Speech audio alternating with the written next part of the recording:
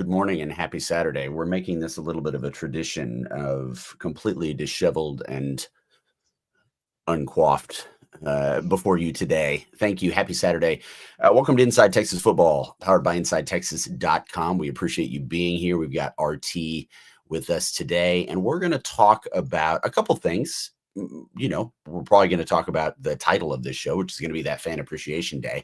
I do want to ask young RT, though, because this was pretty much all over the group chat yesterday. Jahdae Barron, how how much is his stock raised after that burner of an experience? Man, I'm excited for him. I was reading a bunch of mock drafts, from the Daniel Jeremiahs and the Todd McShays of the world before the combine. The guys who are actually respected, not the people who are NFL draft experts on Twitter and put that in their bio and grind tape, so to speak. The actual respected draft analysts and everything I saw going into the combine had 12 to 17 being the likely landing spot for Jahdae. Yeah. And now I'm wondering if he could really crack the top 8 and maybe even displace Michigan's Will Johnson as being the first corner off the board, which would be super exciting. And obviously he is a fan favorite for a reason. I definitely plan on I can't wear somebody younger than me's jersey. It's just that's a faux pas in my book, but I'll definitely be getting my son a Jahdae Barron jersey for wherever he goes. He is as Eric said in the chat, which I think is a really good way of framing this. Probably one of the safest first round picks on the board. I mean, if you really think about it, the guy is he's consistent. You know what you're going to get out of him. He's incredibly versatile, which I think probably raises his stock even more, frankly, just because of where you can put him on the field and have him be so dangerous. But really good. It's very exciting for him. I know that all of us over at Inside Texas are big Jahdae fans, just because of who he is as a human, but also just a phenomenal football player. And it was really fun to see him burn yesterday. So let's get to the topic at hand, RT. We have we're not having a spring game. This seems to be the trend that is moving forward in college football, as Sark has said in several interviews. And it's true, empirically, Texas has played a lot of football over the last 2 years.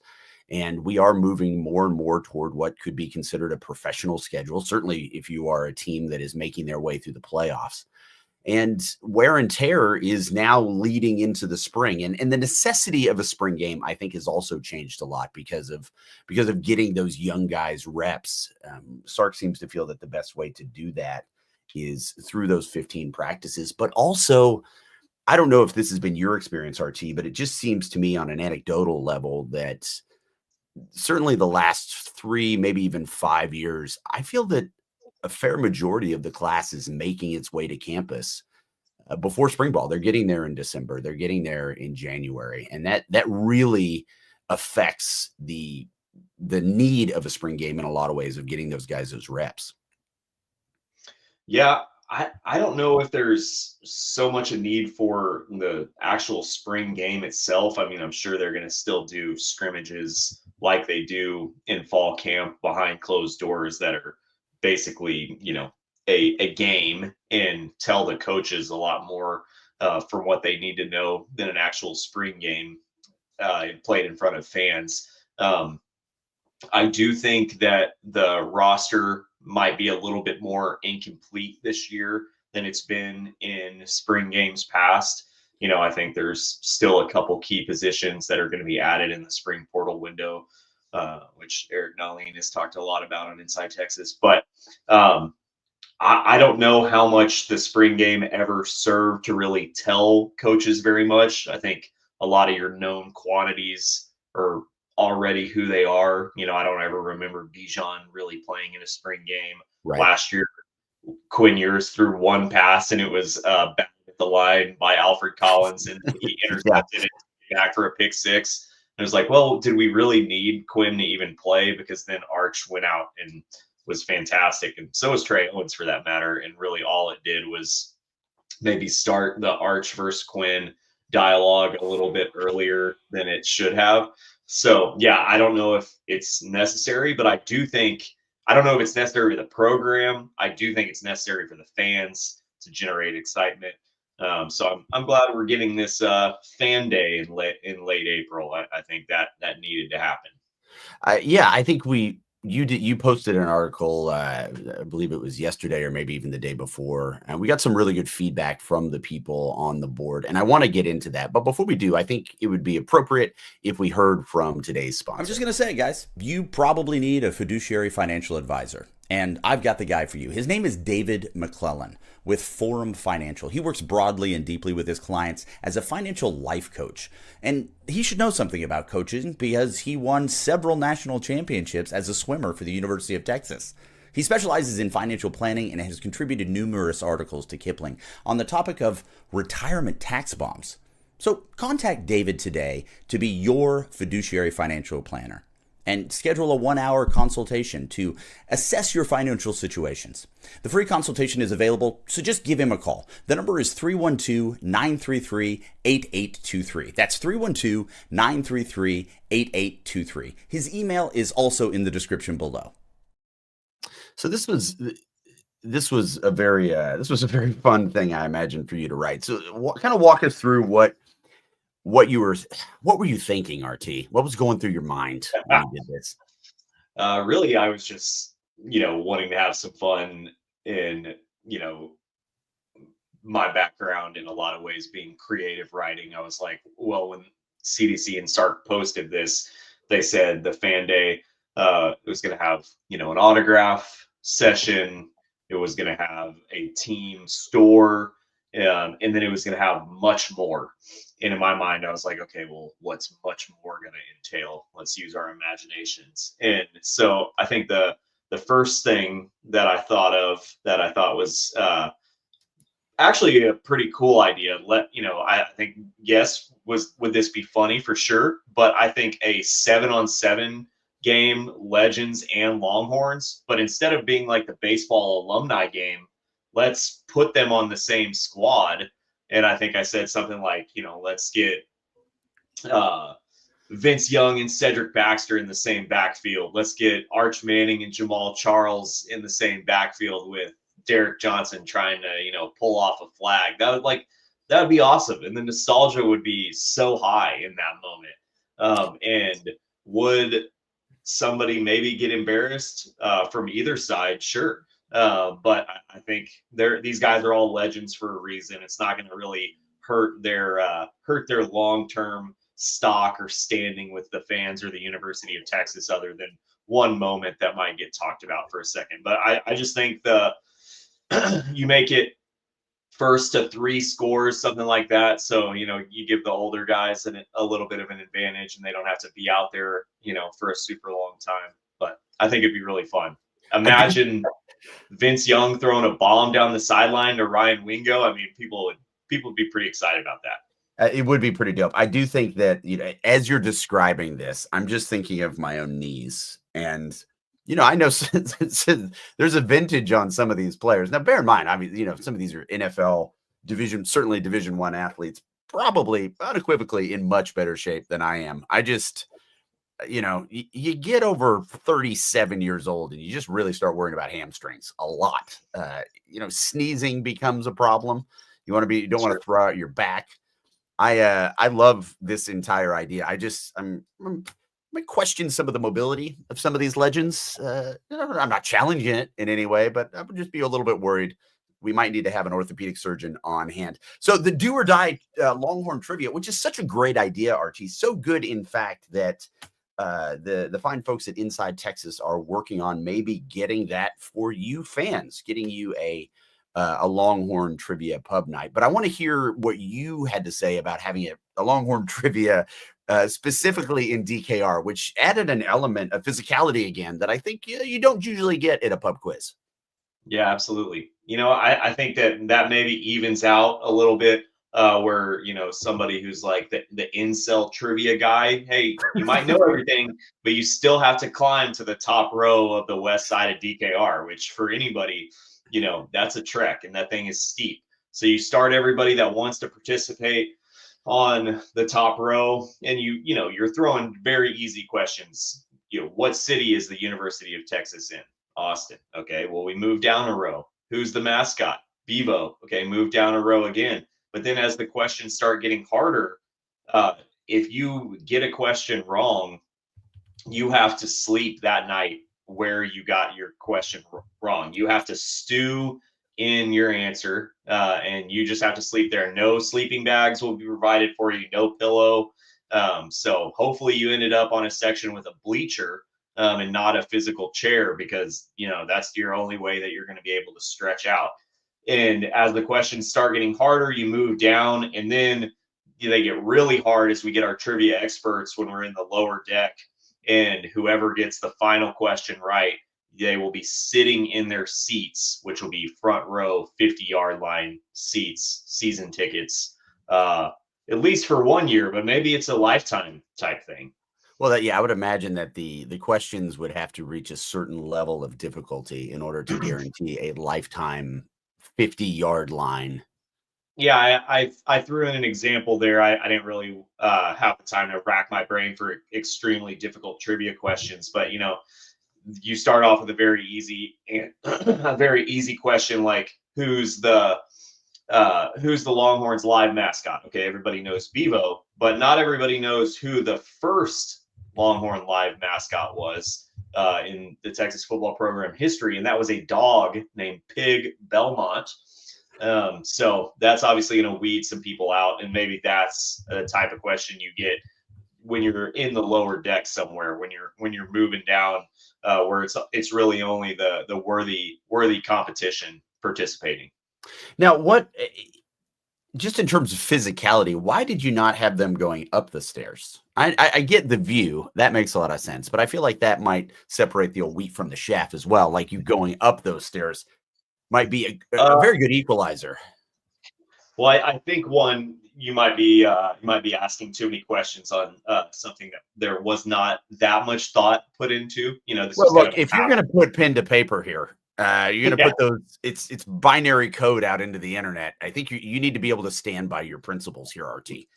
So this was half baked, to say the least, but I liked the idea of the trivia competition ending close to the seat. You have the final two people, maybe they're in the second row and they're side-eyeing one another, and they can see the seat that will be their forever home in DKR right in front of them if they can just get the last question right.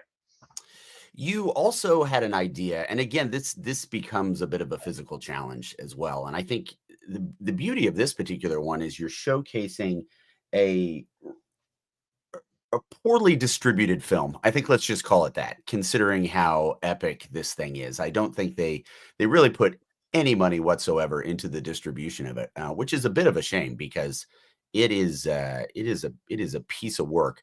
But let's just have I'm sure I'm breaking some sort of internet rule here, but let's just have a quick look at some of the things that are happening here with the old hand on a hard body. I don't know if you guys can see this. Let's just bring him on real quick.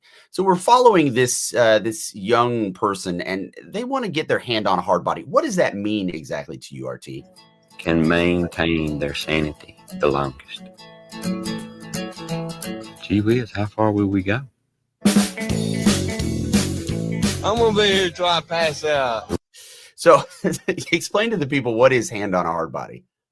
Hand on a Hard Body is a documentary from the 90s that was an incredible documentary, and it took place covering a competition in Longview where contestants were trying to keep one hand on a new pickup truck for as long as possible and outlast the rest of the competition.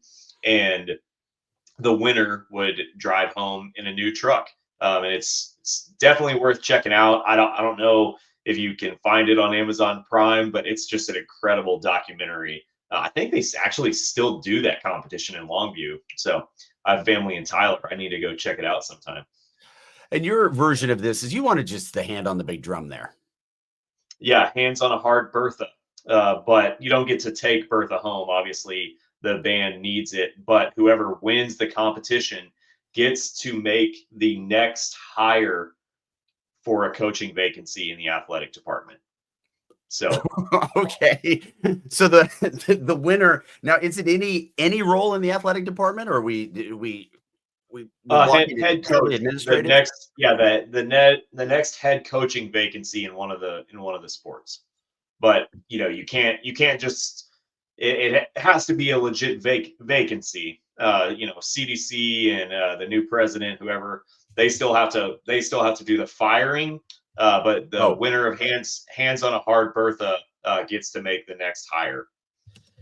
what I mean, do you have the option to do the firing? There's probably some pretty maniacal people out there that would really enjoy that aspect of it.